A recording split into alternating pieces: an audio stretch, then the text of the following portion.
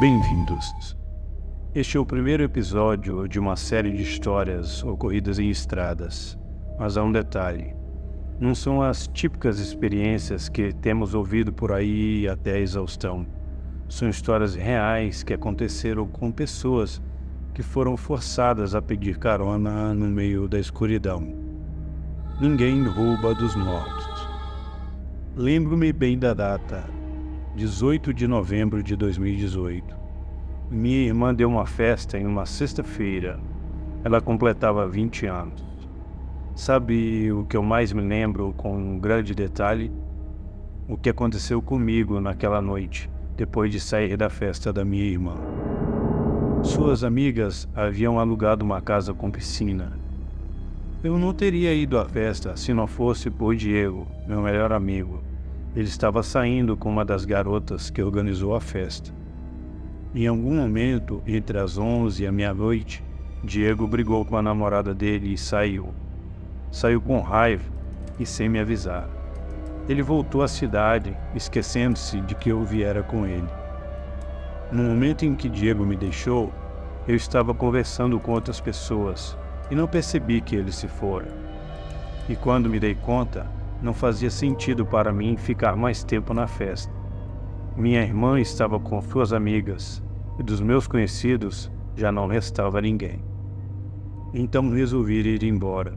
No começo, pensei que estava com sorte por conseguir uma carona para voltar à cidade. Subi em uma caminhonete que estava saindo. Eu não os conhecia, exceto de vista, mas como vi que sobrava uma vaga, me ofereci para pagar a gasolina.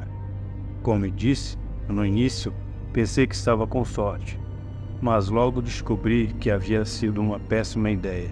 Não sabia que o casal que estava na caminhonete havia brigado. Essa era a razão pela qual deixaram a festa naquela hora.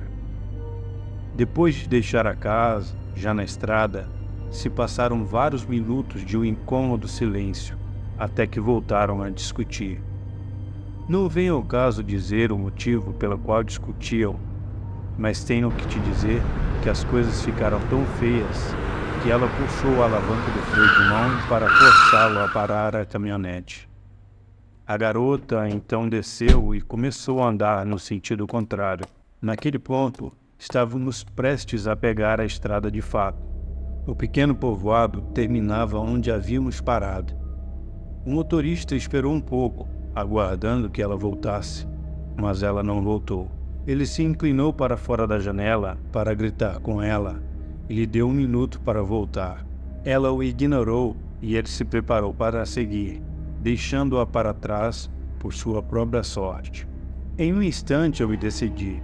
Pedi a ele para que me deixasse descer, porque passava da meia-noite e eu, ainda que não a conhecesse, não ficaria tranquilo deixando-a ali sozinha naquele lugar horrível e desolado. Assim que desci, a caminhonete arrancou. Distante, avistei um farol precisamente onde a garota ia caminhando. Fui em sua direção, embora ela nem sequer soubesse que eu também baixara da caminhonete.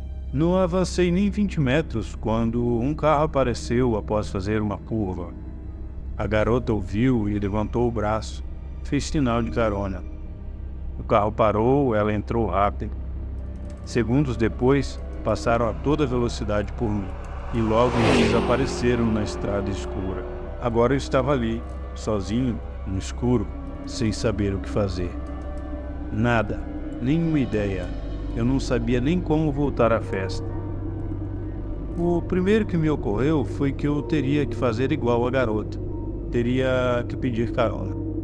Se eu soubesse o que aconteceria, nem sequer teria descido da caminhonete. Murmurei e repeti isso para mim mesmo, uma e outra vez no escuro. Até que vi as luzes do 6º veículo que passava por mim. Quando se aproximou, era um carro velho e surrado, mas foi o único que se deteve. A bordo ia um homem adulto, de uns 50 e tantos anos. Era mecânico, tinha as calças e sua camisa manchados com graxa preta. Por dentro, o carro estava muito descuidado.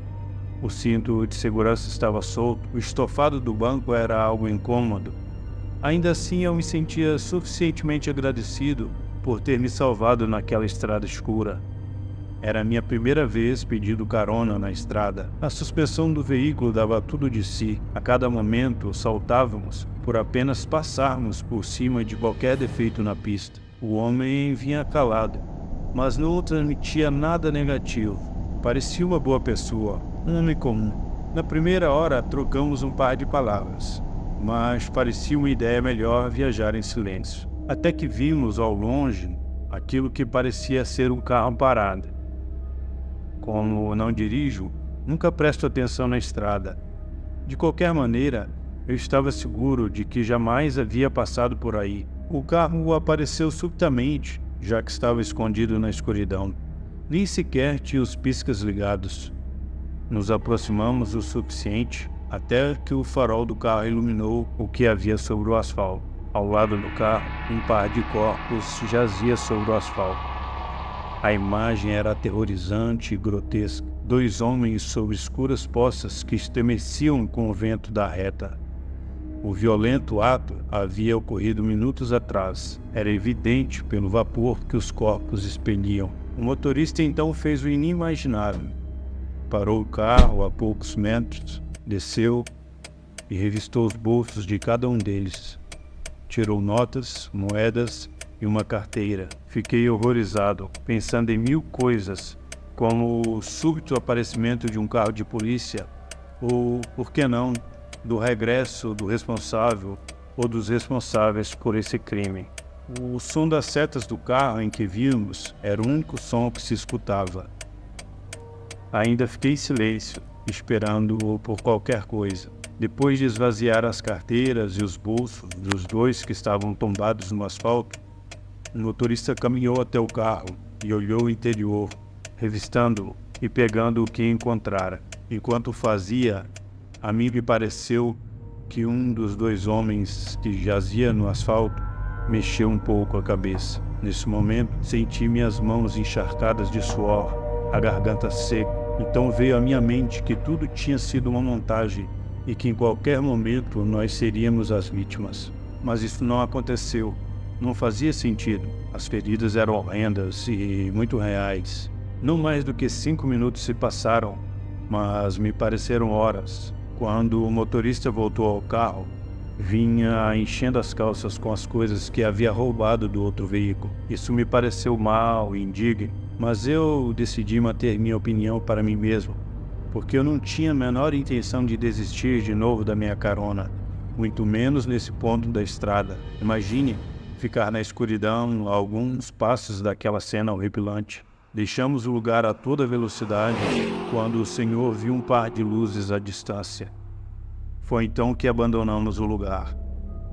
Eu não pude deixar de olhar para os corpos, mas juro que não deveria ter feito isso, porque me deu a impressão de que um deles, com seus olhos mortos, também me olhava. Avançamos uns quantos quilômetros, mas me parecia que não saímos do lugar. De alguma maneira, me preocupava com a possibilidade de que alguém vira o que o senhor ao meu lado havia feito. Depois disso, tudo me sobressaltava. Luzes no caminho, um ruído repentino, um sobressalto na estrada. Tinha muito bem gravado na minha mente o que os meus olhos viram. O senhor vinha muito tranquilo, mas eu não. Eu esperava que algo acontecesse. Passaram eternos minutos até que o pesadelo se tornou realidade. O veículo fez um barulho estranho, como se estivesse arrastando algo. O motorista do carro ignorou por vários metros, talvez pensando que acabaria a qualquer momento, mas não foi assim. O carro desacelerou pouco a pouco, até que parou. Daí, o que se passou a continuação, eu me lembro do momento exato, em detalhes precisos. O homem inalou uma lufada de ar e então exalou um forte suspiro. Nem sequer me olhou, mas me pediu para baixar e verificar o que se passava. Em realidade, não me pediu, ordenou.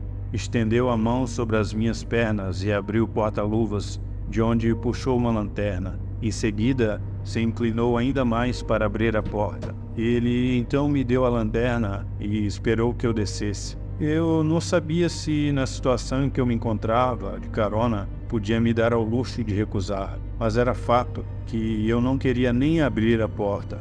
Estava com muito medo de descer do carro. Tentei me acalmar, tentei não pensar que existia a possibilidade de que aquele sujeito me abandonaria na estrada, ainda que creio que esse não era o meu maior medo. Naquele momento, meu grande medo era que algo ou alguém iria nos pegar, que estivéssemos seguindo.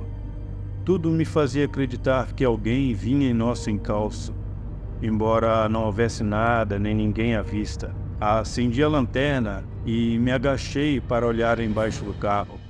Vi um vulto, mas não identifiquei imediatamente o que era. A contragosto, tive que mudar de posição. Caminhei até a parte traseira enquanto focava temerosamente o asfalto com a lanterna. No instante em que me abaixei e vi o que estava sob o carro, a lanterna escapou da minha mão pelo susto de morte.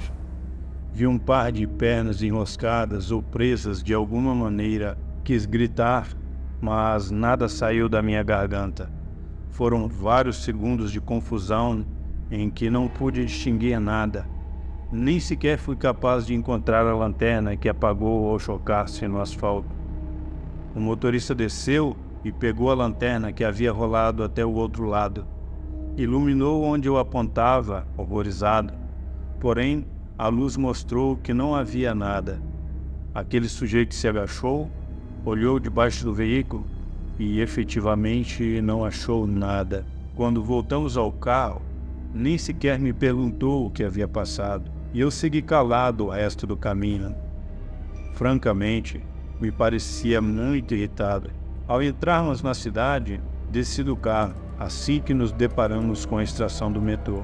Naquela hora, de madrugada, não pude pegar o trem, mas sob as luzes brancas da entrada da estação, pedi um táxi. Mas, antes disso, ao baixar do carro, me despedi daquele homem.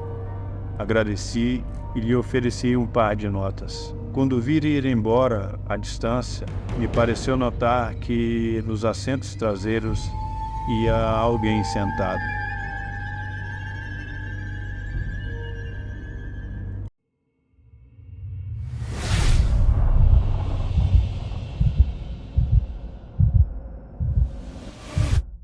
Obrigado por escutar essa história. Se você gostou, comente, compartilhe e deixe seu like. Para não perder os próximos vídeos, inscreva-se. Para ser dos primeiros em escutar, ative as notificações. Por hoje é só, mas nos vemos em breve em Minha História de Terror.